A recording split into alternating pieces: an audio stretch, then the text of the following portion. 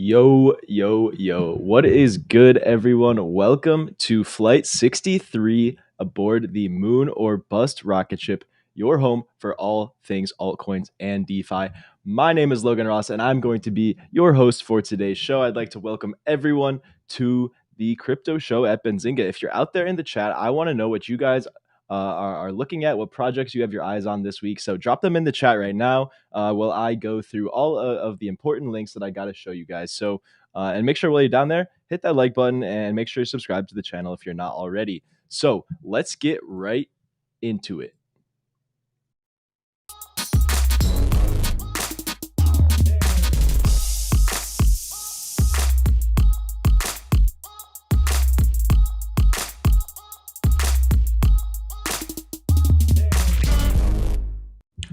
Boom. All right. On today's show, we will be talking to artist, writer, and filmmaker Andy Blood, and then we'll be interviewing the project lead of Decred. This is a huge crypto project. You guys don't want to miss out on this inside exclusive interview. So make sure you stay tuned. We'll be talking to Jake a little bit later on today. So Ryan, unfortunately, is not able to make it, but you are rocking with me. So I want to know what you guys are feeling, what you guys are thinking about the markets today. We will have lots of time for chat interaction. And if you're new around here, we appreciate you tuning in. Hope you'll subscribe, hit the like button. And we also have a Telegram community where you can join and get 25% off discount on the Moon or Bust merch, like this sweet ETH hat. We got the Moon or Bust logo right here on the side. It's pretty hype. And always, as always, make sure to hit us up on Twitter and connect with us there. So let's just get right into the markets for today. There's a lot of cool stuff that I want to talk about. And I want to switch the camera angle so you could see my full screen here. Okay, so what has been going on today's market? Boom, like button, click initiate. Thank you, Maxwell. Okay, so I'm just going to go over what I think is interesting until you guys drop some projects for me to look at in the chat. But we see Ethereum has been moving sideways a little bit. These are the hourly candles here, and for the past maybe day and a half, we've been kind of cooling off. Usually in the first half of the week, the screen is too small. I can fix that. What if I do one of those joints? Boom, just like that. Okay, cool.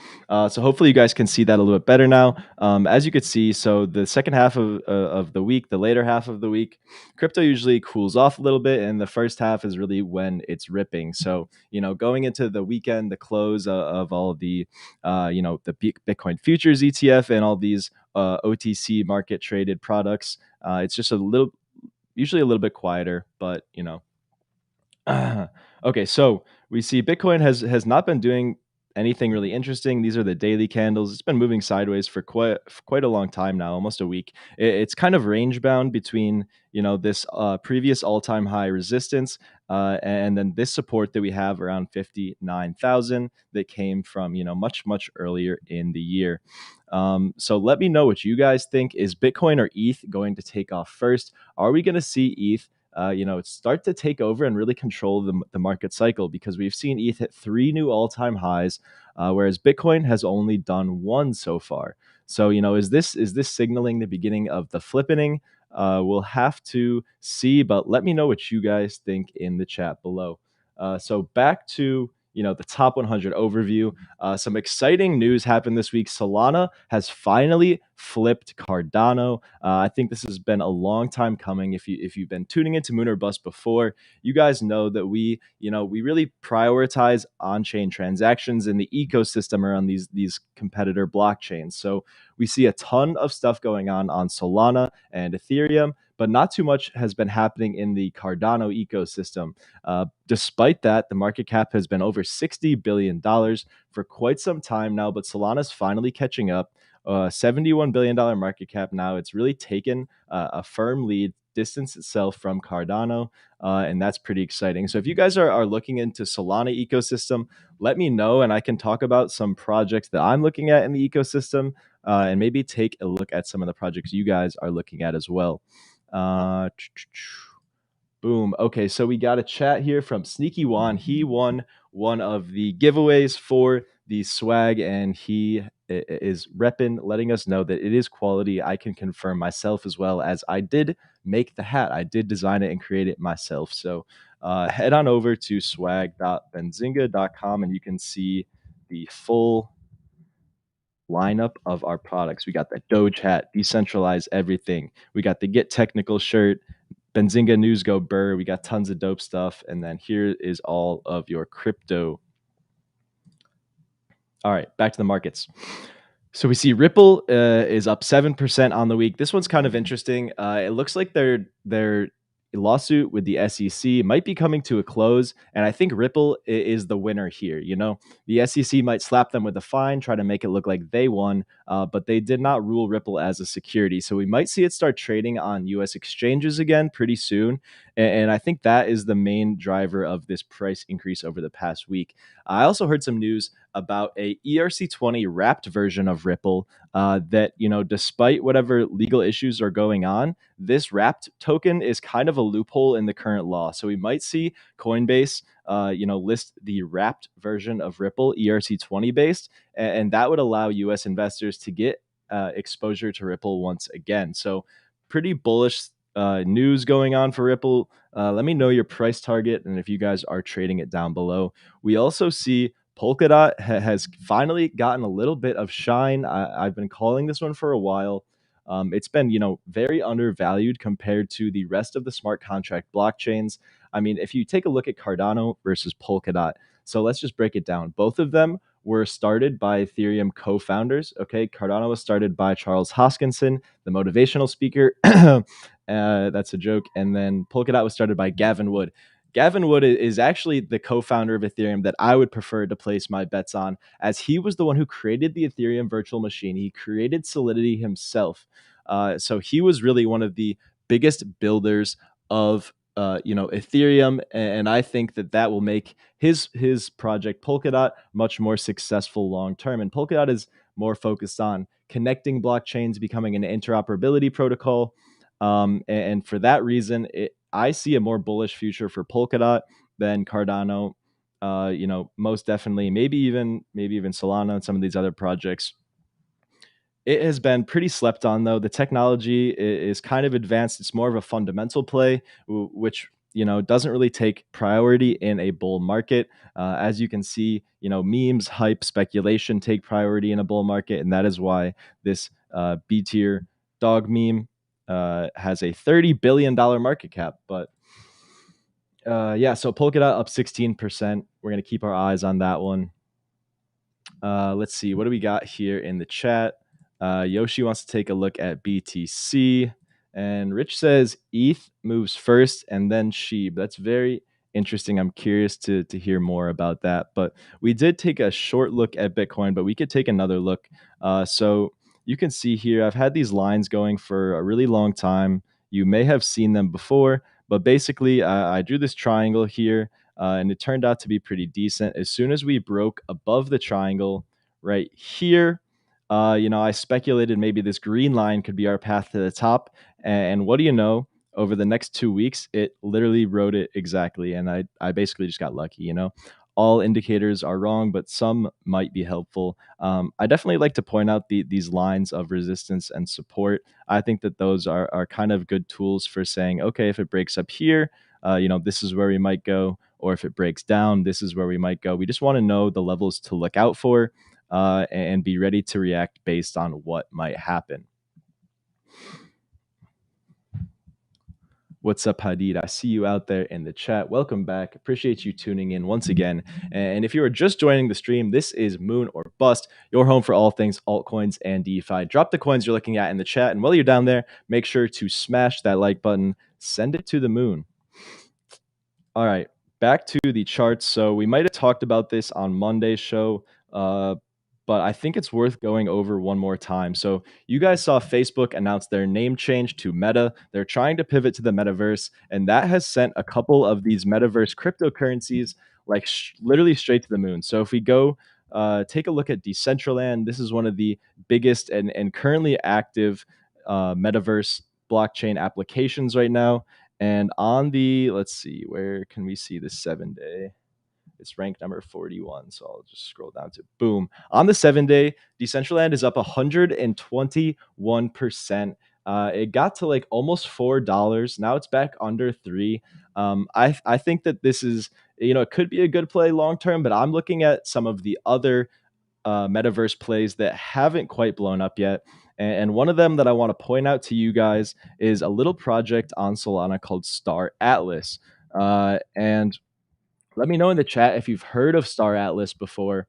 But this is one that I'm insanely bullish on. I have been for a long time. I picked up some tokens earlier this summer, and basically I'm just forgetting about them for the time being. I think Star Atlas could be a huge, huge project, 10 years from now.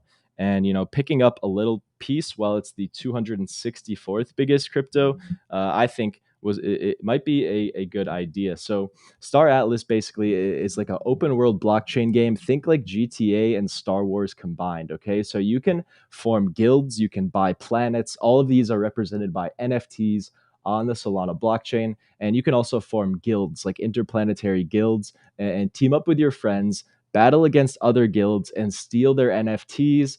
I think this is just a sweet concept. And SBF himself, Sam Bankman-Fried, the owner of FTX, he says that the team behind Star Atlas, continues to impress him, and I trust SBF. He has done nothing but right for my portfolio so far, so I'm going to continue to hold this Atlas token.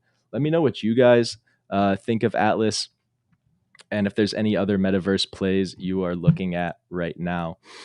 Another Solana ecosystem project that I think is interesting is Radium. So this is a decentralized exchange on Solana, and it's one of the most popular, if not the most popular. And I have some of these tokens as well. I picked them up around the same time as Atlas earlier this summer, and I'm probably just going to ride it out.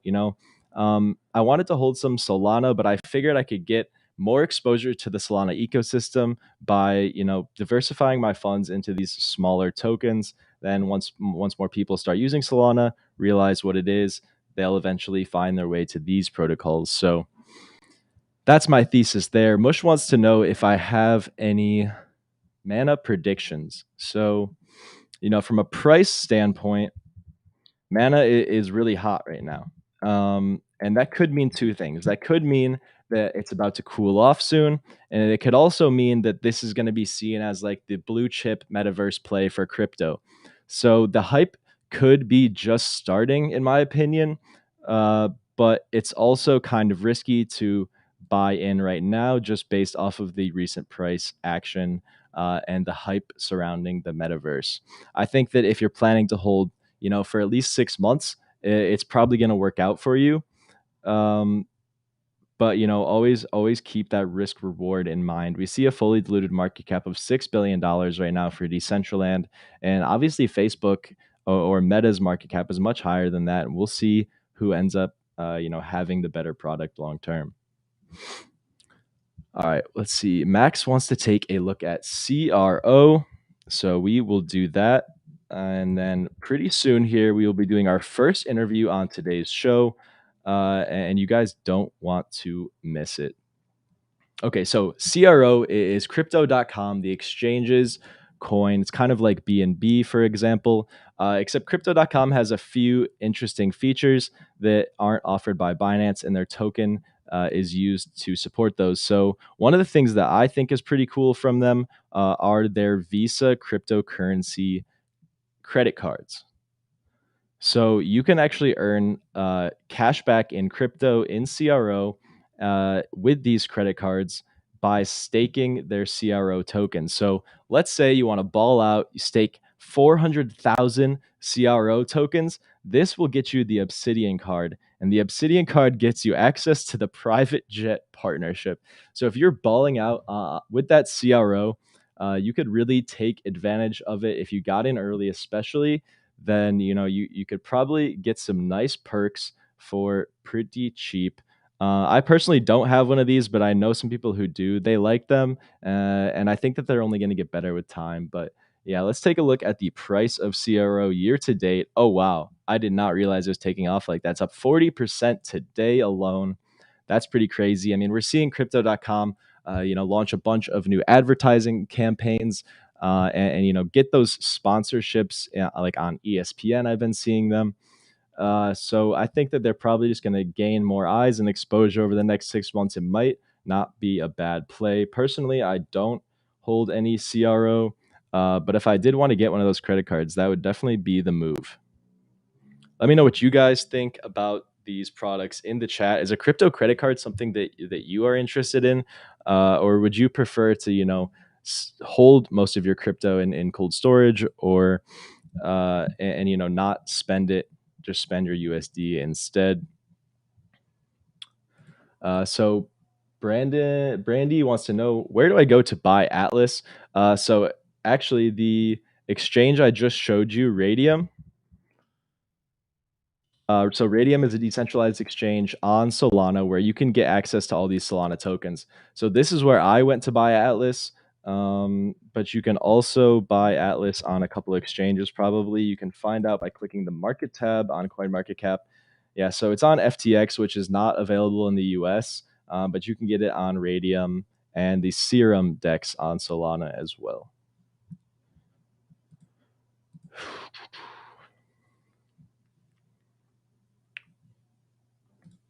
All right, guys. And with that, it is time for our first interview of the day. So here with us, we have Andy Blood, who's a creative genius, ex-strategist at Facebook. He's launching the first ever minted book and publishing rights via a non-fungible token.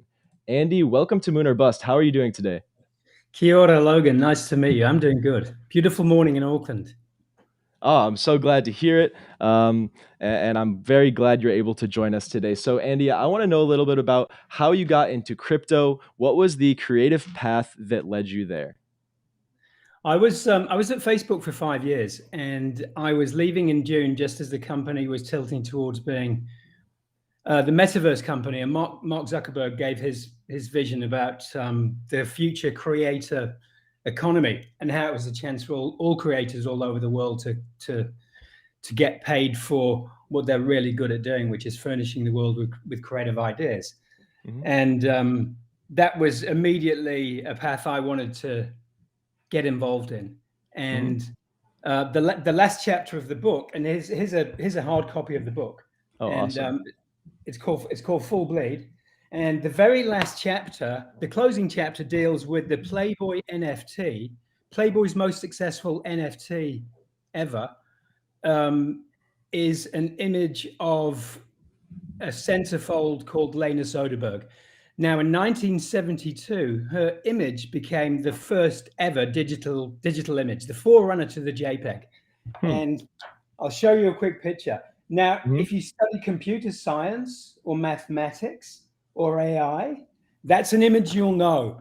It's in thousands of white papers around the world about the field of image recognition, algorithms, AI, etc. And we'd made a documentary about Lena Soderbergh's life. She's known as the first lady of the internet, or the patron saint of JPEGs. And Playboy reached out to us and said, look, we've seen the documentary. We love it. Can you put us in touch with Lena, who's now a 72-year-old woman in Stockholm? And we went, sure, why? And Playboy said, well, we've got a great idea. We've got an amazing back catalog that we're minting as NFTs. It's given us a brand new place to play in the modern world with this archive we've got that is unlike any other. And if we sell the Lena Soderbergh image NFT, then the funds, or some of the funds, will go to her. So actually, 5 decades after her image was used by male scientists to create the JPEG, she was going to get paid via non-fungible tokens in the very latest digital cash. And that was such a beautiful bookend to that entire story and the closing chapter of the book. So the Lena story plus the pivot to Metaverse, and then getting involved with the Damien Hirst currency NFT project in June, July, suddenly became, this is where I'm going. And then the chance to launch a book as a world first NFT project became, okay, this is going to get headlines. It's going to create a conversation. Is this a book? Is this an artifact? Is this a publishing deal? Because the reserve price was US $50,000 for the NFT. It's deliberately not cheap. And it just raises all those conversations about how are we creating for the future and the proposed metaverse, and what forms can these creative endeavors take? Okay, so I have two questions for you. One, could you tell me a little bit more about your involvement in the Damien Hirst currency project? And then I'd like to know what makes the NFT book a world first. What specific features of it are novel? Cool, No thank pun you. intended. Great pun. I've been following Damien Hirst since he was a young artist in 93, 94. And then he exploded onto the British scene and the global scene. And in the last few years, I've been fortunate enough to pick up a few of his physical pieces of art. Hmm. So in June, when he went public with the idea that he was publishing 10,000 pieces of physical art known as currency, Hmm. each individually recognized as an NFT, Hmm. I just thought that was an amazing project to jump in, because he attacked it from so many layers. He's giving all the people that were fortunate enough to be involved the chance to either keep the art or keep the NFT, but you can only have one. Hmm. You can't have two. Hmm. You've got to Yep. you've got to make that choice between the physical world and then the digital world or the metaverse. And Yeah. again, that's a brilliant Uh-huh. conundrum to juggle in the mind. Hmm. Yeah, no, And the code is art aspect of it is very cool. yeah, and I secured one, and the prices have rocketed. At Hmm. launch, they were US 2000 a piece of currency. I Hmm. think the floor price now is about 30,000 US. Wow. So will I you be burning yours for the physical?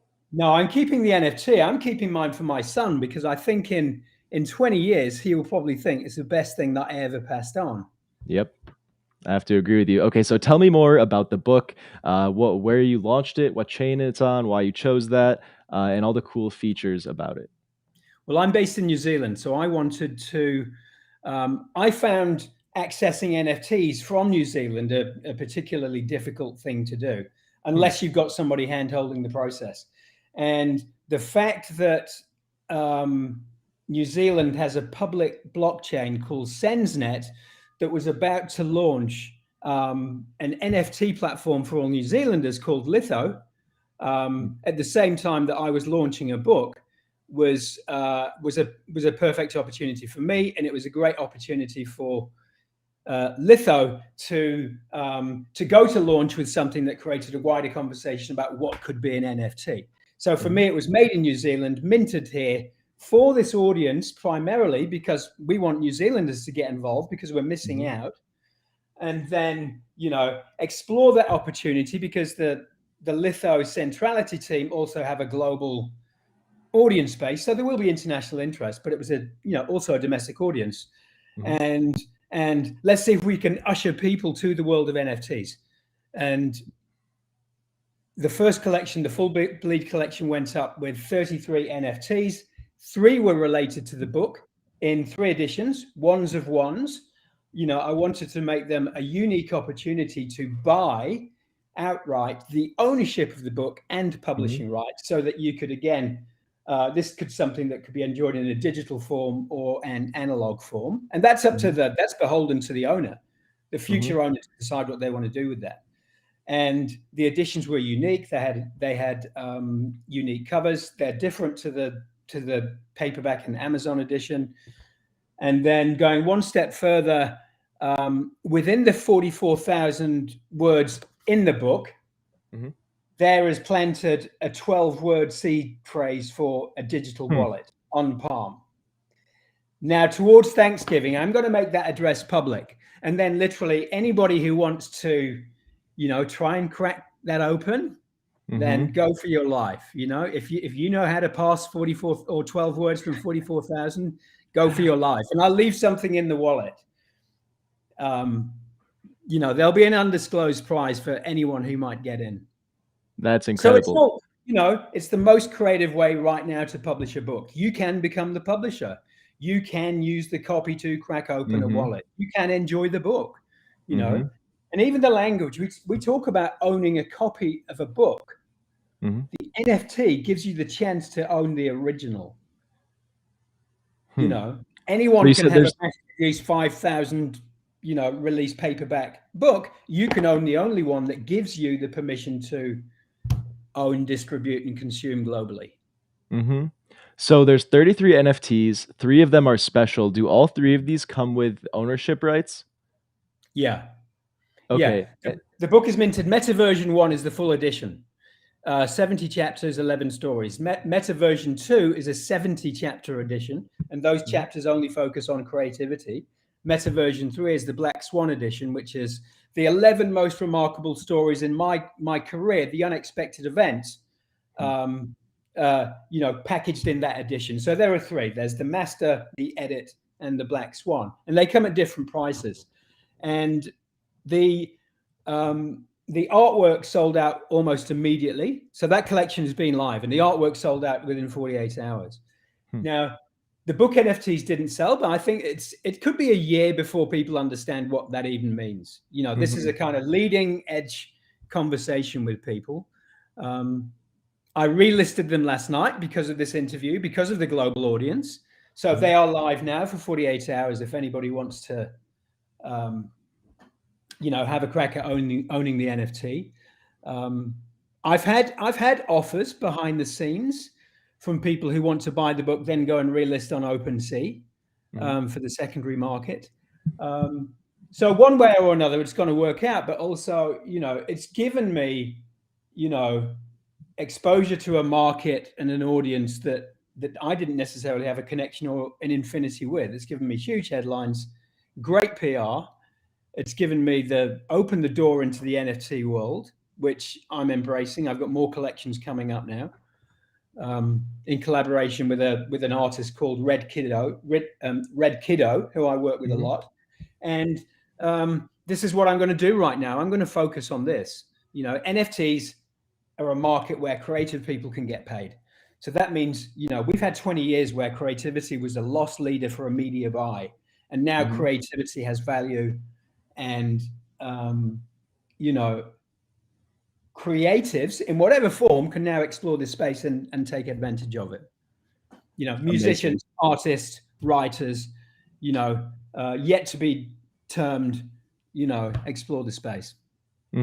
So if you could really quick tell us where we could go to take a look at the NFT project and maybe place a bid on one of them, that'd be great. And then I also want to know, what do you hope to see from your project? Do you hope to see more artists getting into it, more authors getting into the NFT space? If you could have one thing come out of your project, what would that be? Well, the book as NFT is available at lithoverse.xyz. So Lithoverse is a platform on top of the Sens blockchain. So anybody can access Lithoverse. You might need to open up a Sens wallet and do some transfers. What is the book about? The book is about creativity, to ASIC. So remarkable stories and hard-won lessons from the coalface of creativity and the bleeding edge of advertising technology. From the point of view who's somebody who spent 30 years being creative for the world's biggest brands and Facebook. And to your final question, Logan, why do this? My entire career has been about lighting the fire of creativity within people, business, and organizations. And if this project can do that, and if this project lights 1,000 flames and produces 1,000 more great ideas, then I'm happy and nothing else matters. Amazing, Andy. Thank you so much for joining us today.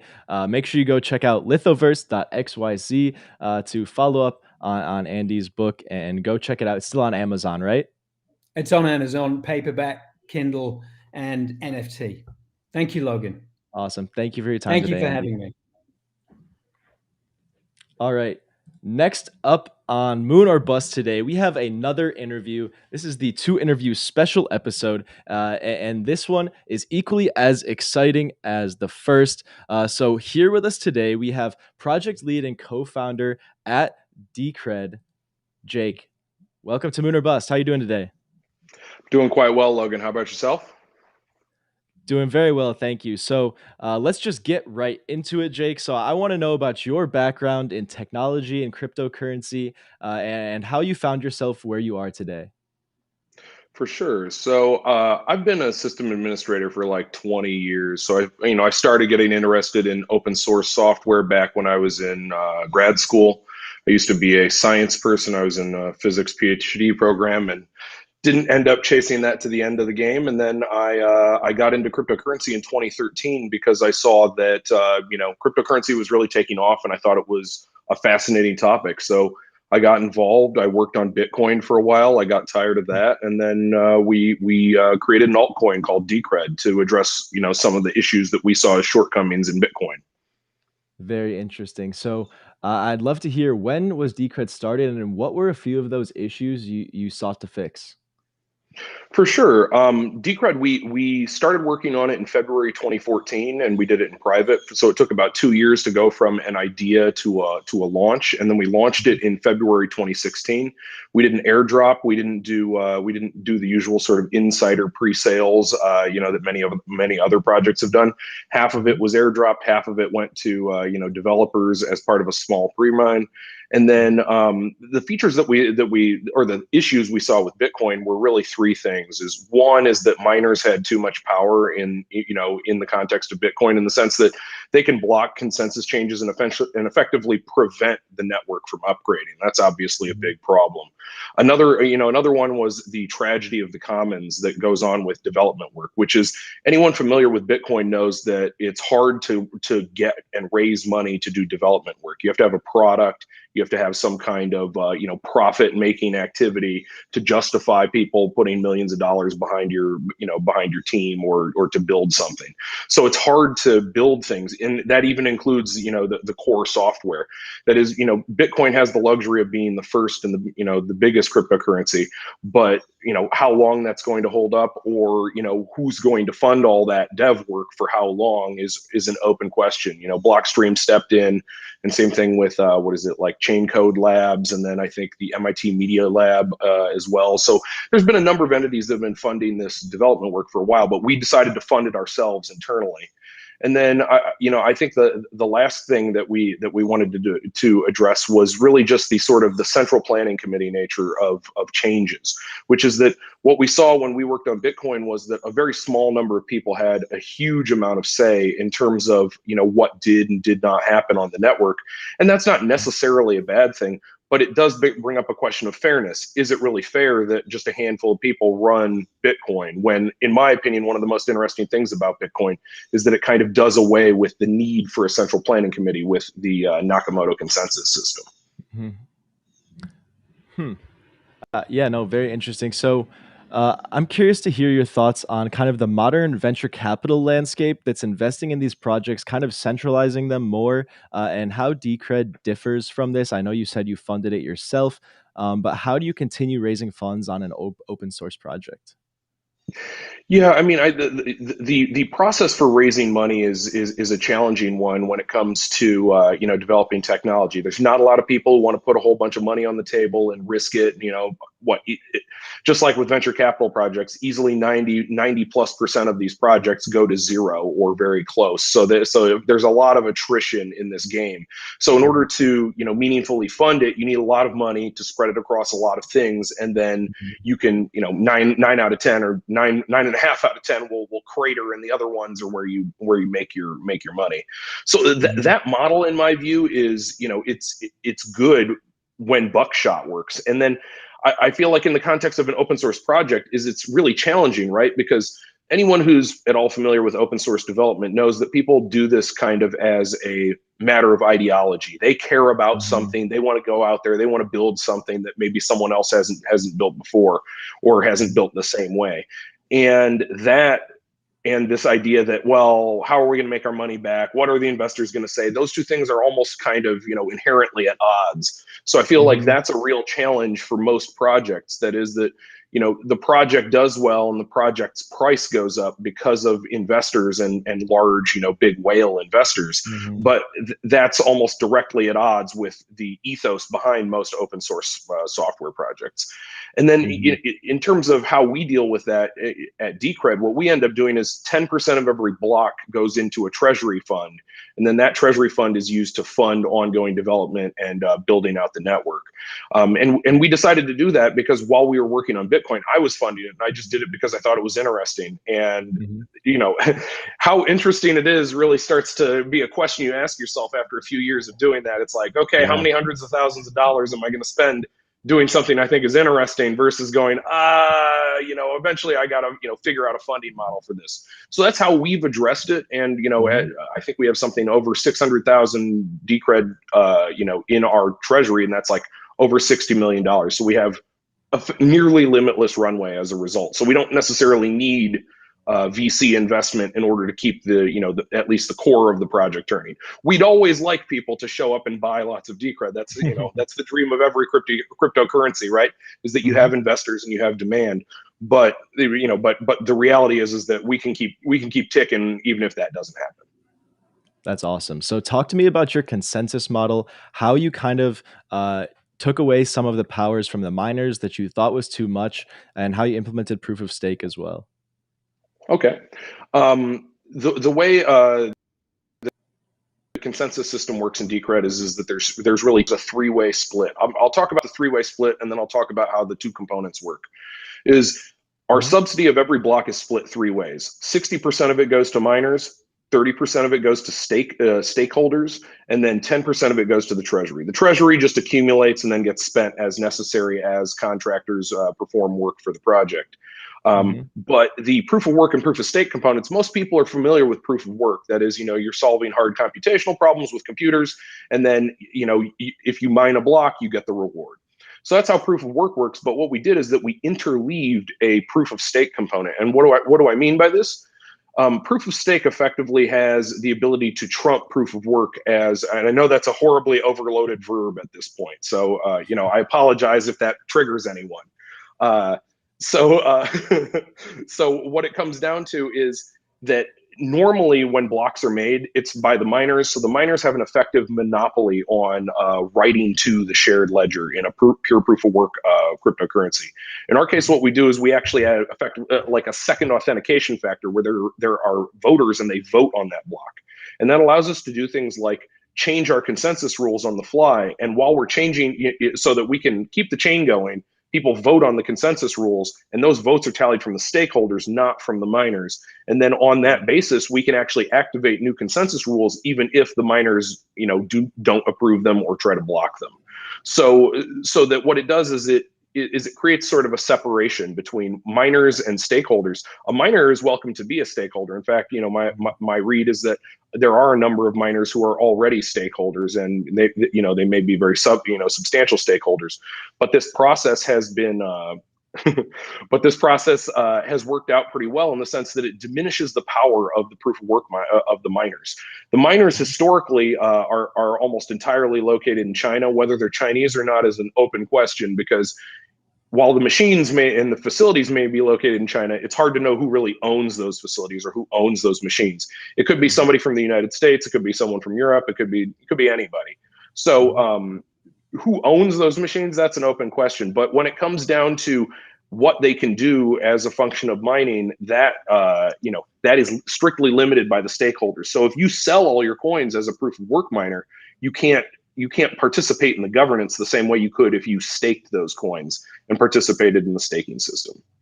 Yeah, that's a very powerful tool that you've implemented there. But I'm curious to know, has it impacted at all, in your estimation, the ability to attract miners to your network? Or has that dual consensus been a selling point to attract people to the network? I think that miners show up because they like to make money. And I think that in terms of attracting miners, the entire mining game is pretty closely, it's pretty tightly centralized. And when it comes to attracting miners, I don't know if any cryptocurrency project really tries to attract miners. That is that, there's an incentive to mine. people show up and mine, and if they don't want to mine, they don't mine. So, you know, in terms of a diversity of miners, I think we actually have a pretty small group of miners with Decred, as far as I'm aware. And that's a good thing and a bad thing. So, you know, there's definitely pros and cons to that.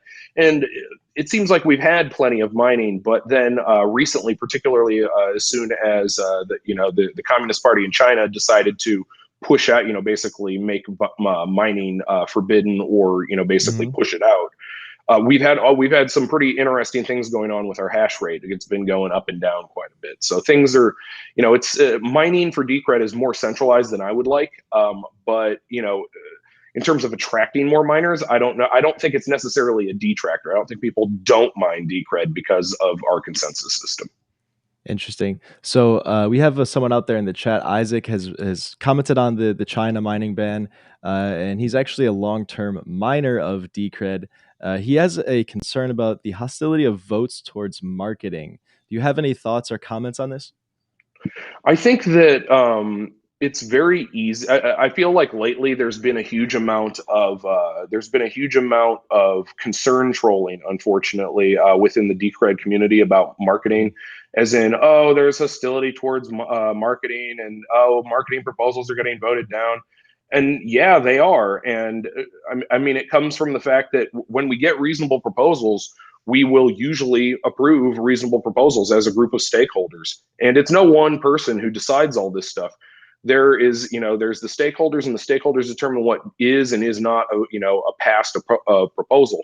But when it comes to, you know, whether a proposal is reasonable, there's a lot more to it than just, does the proposal look reasonable on its face?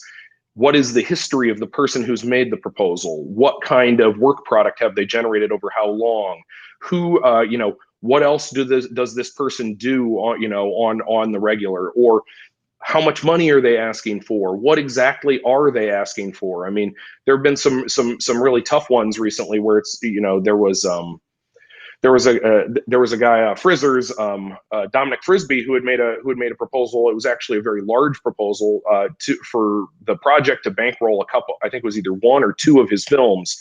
I think it was one, and it was a very large proposal. It was hundreds of thousands of dollars to bankroll a film, and in return, what we would get is a logo in the bottom corner of the screen.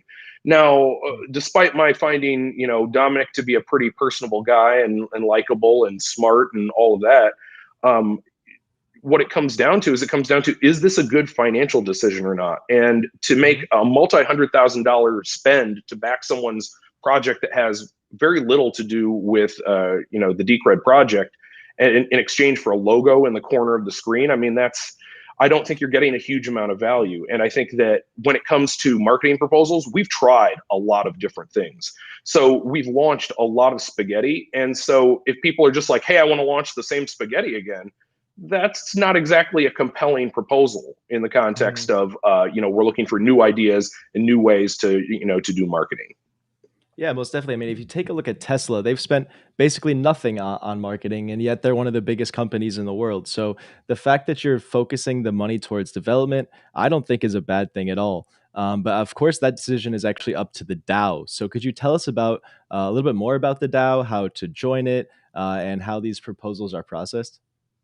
Sure thing. I think something worth pointing out is that, you know, our decentralized autonomous organization it operates at the project level. It's effectively a layer one DAO. There's a lot of DAOs that operate as tokens on Ethereum and a few other smart contract blockchains. And the thing that really separates us from them is that in their case, they are almost all entirely pre-mined. That is that they were created with N tokens, and then there was the usual sort of Silicon Valley insider thing where it's either you bought into the initial launch, or you didn't. And then later on, there's no mining, so there's no emission schedule for these, for these things. So it's a finite predetermined number of tokens. So in the context of Decred, we have it's effectively our whole blockchain is run by a DAO and is in a sense a whole DAO. That is that the ledger is part of it, the treasury is part of it, and then the contractors who work on everything are part of it, along with the stakeholders and the miners. So everyone is working together there, and the way it works is that everything goes into the treasury, and then what happens is there are proposals in our proposal system, and we have a proposal system. And it's an off-chain, it's an off-chain voting system, so that people make proposals, and then the proposals go up, and the stakeholders vote on them, and then when the voting is done, a proposal is either approved or not, and then every month the contractors who have a winning proposal will use that to fund their work. So they'll bill and they'll invoice and then they'll get paid out. So mechanically, that's how it works, which is that people bill for their work at the end of the month, and then they get paid, and they get paid based on a proposal that was approved previously. Gotcha. Cool process. So could you tell me a little bit more about your integrations with the Lightning Network? Sure. So we're one of the few blockchains that supports the Lightning Network. We haven't really been working, in terms of integration. Integration is a bit challenging from the perspective of even with Bitcoin. There's a lot of activity on the Lightning Network, but not as much as even people who are diehard Bitcoin maximalists would like. That is, it's a difficult process to get moving because it is substantially different than using a normal layer one blockchain where you have addresses and you send transactions. There's a whole bunch of extra state that you end up having to track. So in terms of how we've integrated with it is we actually ended up adding the same support for the consensus rules that Bitcoin has. That is, that came with their SegWit change set. So we support most of that within Decred, and then Lightning Network rides on top of it. And in terms of how it's integrated is that it's effectively identical to how Bitcoin does it, up to the part where they weight their transactions with where they weight the witness piece differently. But that's a pretty technical detail most people don't care about. Yeah, we won't have to get into all of that today, but I'm curious to know, do you see proof of work by itself as an outdated consensus mechanism today? Proof of work has, it has its strengths and its weaknesses. So, I mean, one thing that's, and maybe what would be instructive is for me to compare proof of work and proof of stake. Proof of work has been referred to by Checkmatey as unforgeable costliness.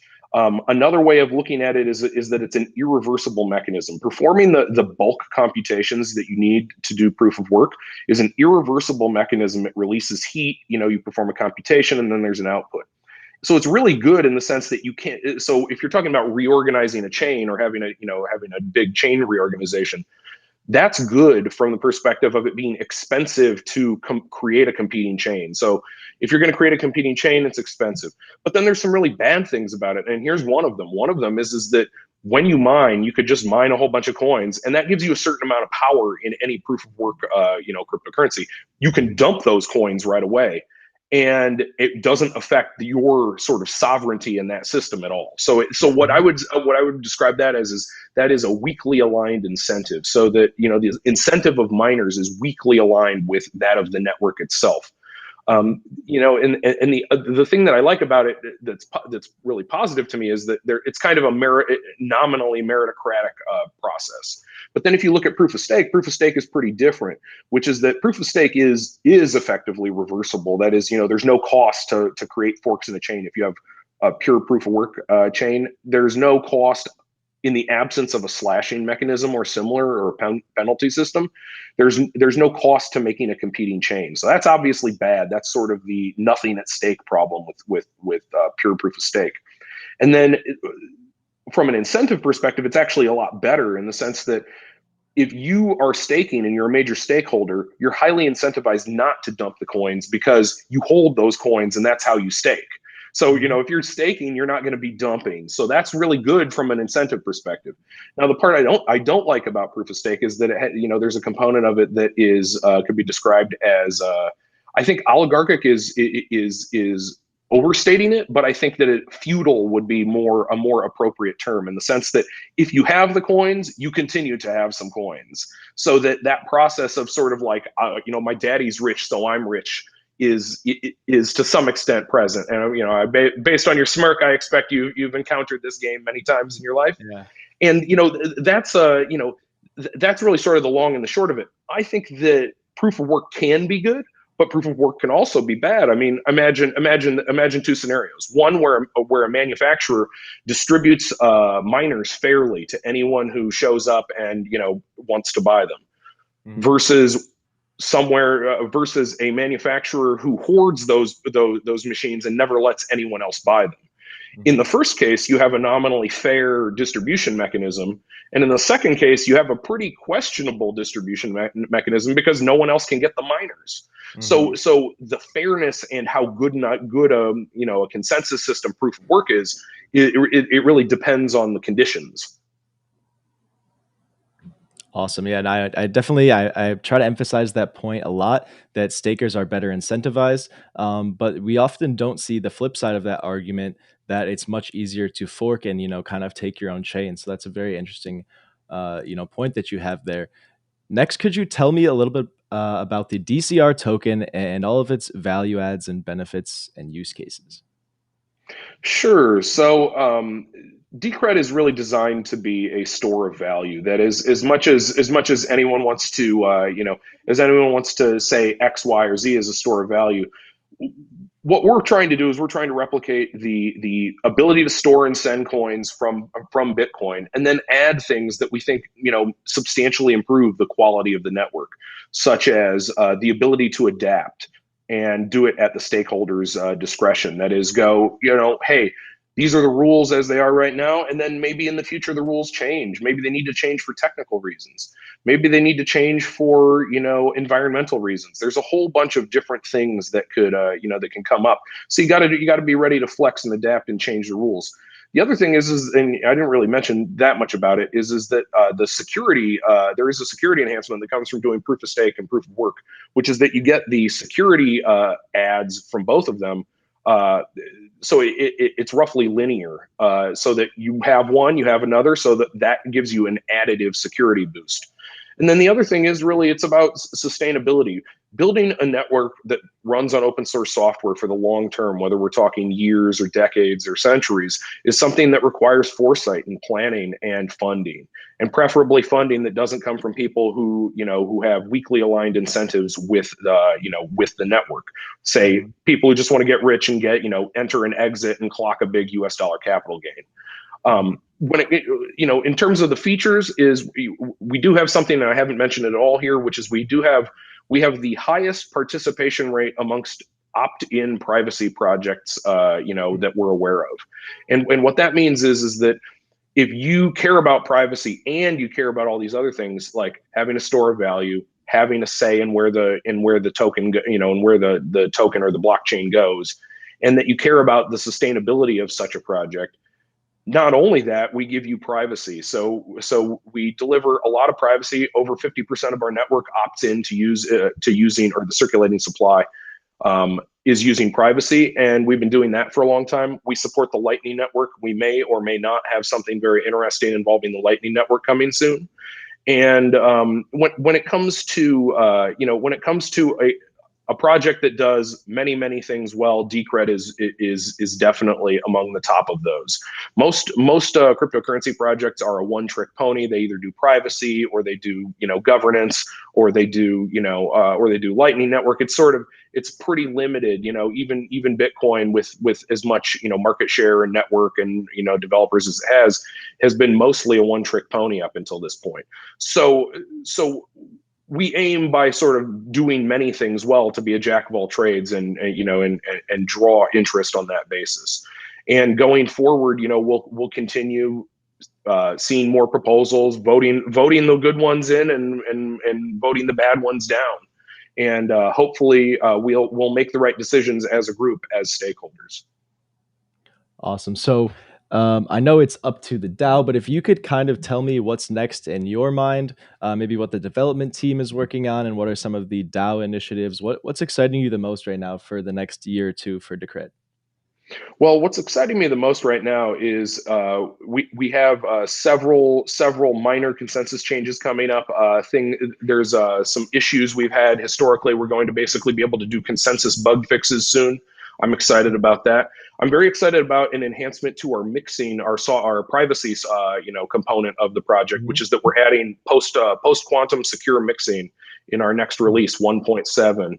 And that means that even people with quantum computers, whether they're on or off planet, cannot figure out exactly where all the coins went or who owns them. So we figured that's a nice touch. I don't believe anyone else has done that yet, despite despite some things that people have done with confidential transactions.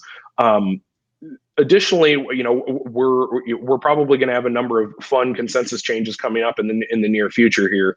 And in terms of Lightning Network, I can only say this: be ready for a surprise when it comes to the Lightning Network.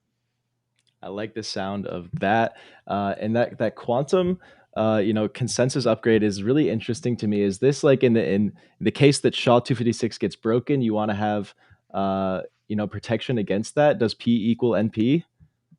Well, what I'm specifically talking about is, so in our mixing process, we use this thing called it's a derivative of, it's based on Coin Shuffle plus plus. So that process doesn't use post quantum secure public key infrastructure. So what you could do is, hypothetically, if you had a big quantum computer, you could watch the mixing process and then grind out which coins went where. Now, this is a theoretical attack, but what this change that we're making does is it makes it so even if you have a quantum computer, you cannot do that. And so the reason we decided to do this is because if you do this on chain, you make the whole chain PQ secure. The size of transactions goes up by about like 5x plus, which is obviously pretty undesirable. You don't want big transactions on a blockchain; it's expensive. So, so what we decided to do is to make the mixing process, which actually occurs partially off chain, is we would go post quantum there, because then we don't have to worry about the size considerations. Gotcha. Do you see the the shuffling process as potentially a regulatory issue? Do you see, obviously public blockchains like Bitcoin, the government can use them to track where funds are moving, but I'm concerned they might take a stance against them. Does this concern you as well? From a regulatory perspective, I think something that I view as a sad direction that nation state governance has been going. I think a bit of a topic change, but is that nation state governance has been going towards because we can monitor everything, we should monitor everything. I disagree with that at a fundamental level. This idea that, you and I as normal people need to be constantly tracked and surveilled in every aspect of our, of our human existence is ridiculous to me. You don't need to know every asset that every person has on the planet in order to effectively govern them, or to keep your government in good working order. I think this notion that you need to be able to 100% surveillance 100% of the time on everybody is a joke, and that it's a bad way to run a society. So that, with that in mind, I really disagree with where things are going. Maybe it could be a regulatory problem, but I think as a matter of principle, I highly disagree with it. And correspondingly, I think that all communications online should be encrypted, and they should be done that way, because no one, if I'm talking to Logan on the internet, who else's business is that other than me and Logan's? So it's, that, I believe strongly when it comes to thoughts, speech, and all of that, is that custody is king, and so other people shouldn't have custody of the things you're saying or doing. It's an awful rabbit hole, and then what's bound to happen is the central planning committee that runs everything is just going to basically dictate what you can and can't do. I think you got to draw the line somewhere. Yeah, no, I think that's what blockchain is all about. That's why I'm in this space, and I truly hope to see a societal shift towards, our viewpoints with the growth and expansion of blockchain. I think governments will end up realizing that they're kind of shooting themselves in the foot and forcing capital out of their borders. And if they don't, it will be too late for them. So crazy world we live in today, huh? Yeah, Yeah, this whole surveillance as governance. It's like, guys, I think 99.9% of people are good people, and that they're not, they're not out there to, saw people's legs off or, commit awful crimes. They're just trying to live their lives. And so this idea that you have to watch 100% of the people to catch the 0.1% who are like legitimately bad is ridiculous. If people are bad actors, governments need to get out there and catch those bad actors like they used to before everything was constantly surveilled. Mm-hmm. Well, Jake, unfortunately, we are out of time today. So I just want to give you the floor for one last time. If you want to make any shout outs or let the audience know about anything you've got going on, where they can connect with you, now's a great time. The revolution will not be centralized. Decred is where to look to see that revolution. You're welcome to meet up with us online, chat.decred.org, or the website decred.org to check it out and learn more. Awesome. You guys heard it here first. That is it for Moon or Bust today. Stick around for pre-market prep at the close, and I will see you guys back on Monday. But until then, have a great weekend.